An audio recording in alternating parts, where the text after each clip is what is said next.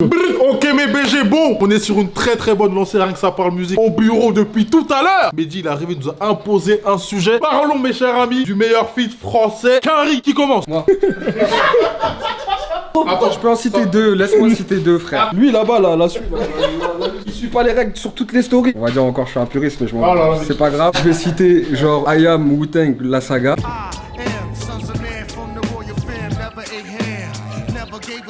Incroyable. Et en vrai, je vais citer que celui-là. J'adore ce morceau, mais on nous a douillé quand on était petits. Parce qu'en fait, c'est pas le Wu-Tang, tu sais, c'est la division 3 du Wu-Tang. C'est Sons of Man, tu sais, c'est les potes de Method Man, de Long Island, tu vois. Donc ça, quand même, tu sais, quand on était petits, on s'est dit, ouais, il y a un feat avec le Wu-Tang. Et en vrai, il y a aucun mec du Wu-Tang sur le morceau, tu vois. C'est un peu les copains du Wu-Tang, tu vois. Mais le morceau était ouf. Il y a un autre truc sur lequel on s'est fait carotte, les remixes français des sons qui pop à l'étranger, tu vois. Ça, c'était hyper relou. Il y a plein de morceaux, on croit que c'est des feats, et en fait, c'est des remixes. À l'époque, ça se faisait beaucoup quand, sur les versions françaises des CD, quand t'as des morceaux qui cartonnaient là-bas, ils voulaient les pousser en France, ils remplaçaient des featuring Carrie par des Français. Exemple, All in My Grease de Missy Elliott avec MC Solar. Zigzag, zigzag, oui j'ai dû zigzaguer de comète en planète, ta salopette aux aguets. Qui était un énorme tube en France. C'était Big Boy d'Outkast qui rappait sur le morceau de basse, tu vois.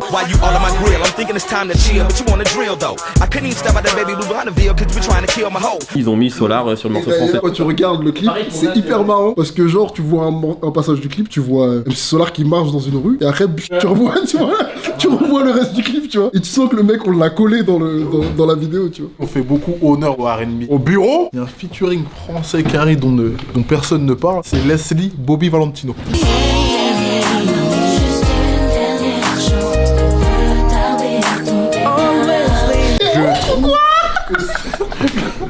C'est un 5 étoiles R&B, écoutez-le. Beaucoup d'amour pour Leslie, beaucoup d'amour pour Bobby, on est en bleu sang. Il se change à chaque fois, Mehdi, à chaque fois.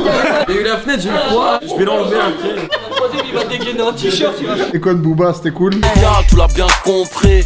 Légal ou illégal, on fait du rap, des samples et de la sonnerie. Et Rick Ross et Booba, c'était cool aussi.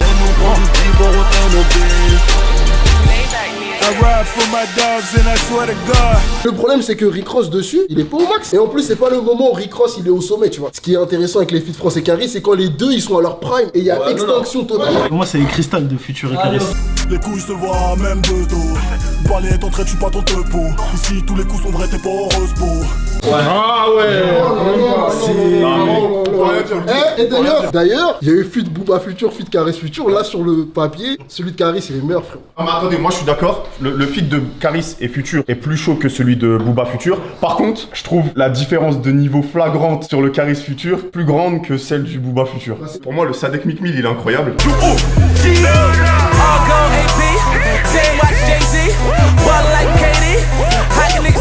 D'ailleurs, je crois qu'il devait y avoir un clip qui a pas été fait. Vous allez rigoler, mais je vous jure que j'ai kiffé le Laugh in the Game.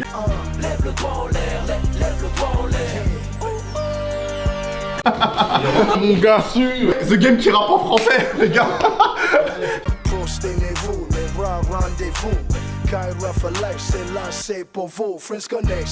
Majoritairement, je suis toujours déçu par les feats français Carrie. Mais en général, un feat français est toujours plus fort qu'un feat français Carrie, tu vois. Dernièrement, celui que j'ai vraiment kiffé, c'est le Rick Ross, la crime. Je trouve Rick Ross exceptionnel sur le son, mais je pense que le son était déjà fait et qu'il a passé à la crime. Et la crime a fait le taf. Et les flingues. Non. Gros, je vais discréditer ce que tu dis parce que Ben, tu n'as pas de voiture. Tous ceux qui ont une voiture, écoutez ce son en voiture, c'est n'importe quoi. Il est exceptionnel. Et en plus, je suis pas un hyper fan de la crime, mais je trouve qu'il est vraiment fort dedans. Moi, je suis d'accord avec toi sur le fait que les feats français Carrie, souvent c'est décevant. Parce qu'en fait, souvent les mecs sont pas en studio ensemble et c'est juste. Ils payent un couplet. Ouais. Mais je trouve que la crime, c'est quantitativement celui qu'on a le plus de réussite. Parce que ceux avec French Montana, ils sont cool, tu vois. Yes, nouvelle Yass, Rolls Royce, pétasse, constable, 20 bouteilles, toujours calibré dans le club refrain. Et pour un mec qu'on a fait beaucoup, Lil Durk, etc. Toi, faut qu'on les chope, qu'on les baisse, faut qu'ils paient. Faut qu'on les chope, qu'on les baisse, faut qu'ils paient. Faut qu'on les chope, qu'on les baisse, faut qu'ils paient. Je trouve qu'ils sont quasiment tous bien. Vraiment, je trouve que il a bien fait ça. Les collabs avec des Carrie, il le fait bien en fait. De toute façon, ça se voit. Genre, ils ont fait des clips ensemble. Je pense qu'ils ont fait des sessions, peut-être des sessions studio. Ça se voit qu'il y a eu un vrai rapprochement dans les deux sens quand il fait le truc avec Lil Durk. Moi, franchement, j'aime bien le son. Après, je l'ai écouté plusieurs fois. Ouais, mais il y a beaucoup de gens qui l'aiment pas, tu vois. Ouais. Moi, je trouve que le son est bon. Et quand je regarde le clip, j'aime bien, tu vois. Il est à Chicago avec avec eux, tu sens que c'est un bon mood et tu sens que les Quinry ils ont kiffé son délire. Même les gars derrière, tu sens qu'ils sont dans le son, qu'ils connaissent plus ou moins les paroles en français et tout ça. Je trouve que c'est cool. Et la crime c'est cool. Et j'en ai un qu'il faut que je cite absolument, c'est Booba de Marco, frère. Parlons de coupe ton portable, enlève la plume, c'est la batterie. À ce moment-là, je trouve que Demarco il était hyper chaud. Et quand il y a eu le feat, je trouve il est arrivé au bon moment. Et c'était une période de Booba que je kiffais de ouf. Je trouve 09 c'est ouf. Et du coup, le feat pour moi il est exceptionnel. Moi j'en ai un, c'est Jazzy Bass avec Freddie Gibbs. Un morceau qui s'appelle Layback. Qui est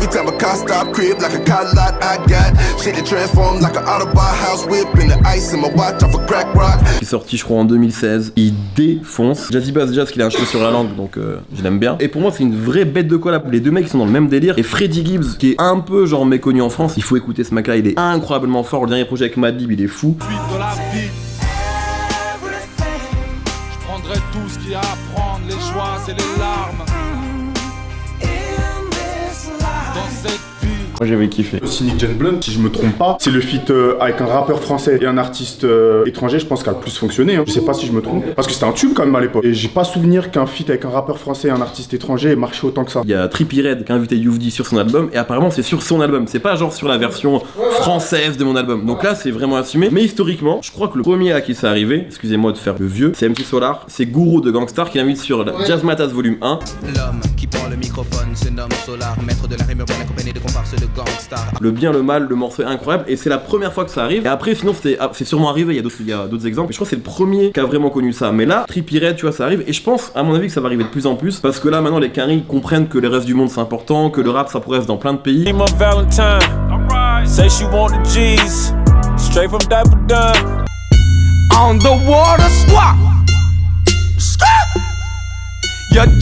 je pense que ça va commencer de plus en plus à aller dans l'autre sens parce que les Quinry se rendent compte que même si leur pays il est immense, ça suffit presque plus en fait aujourd'hui et surtout il y a d'autres marchés à les conquérir. Donc je pense que tout ça va arriver de plus en plus et qu'on est au début de ça à mon avis. Moi j'avais entendu, je me demande si c'était pas chez toi, que les rappeurs Quinry faisaient des feats avec des inters pour pouvoir augmenter un peu leur tournée dans chaque pays.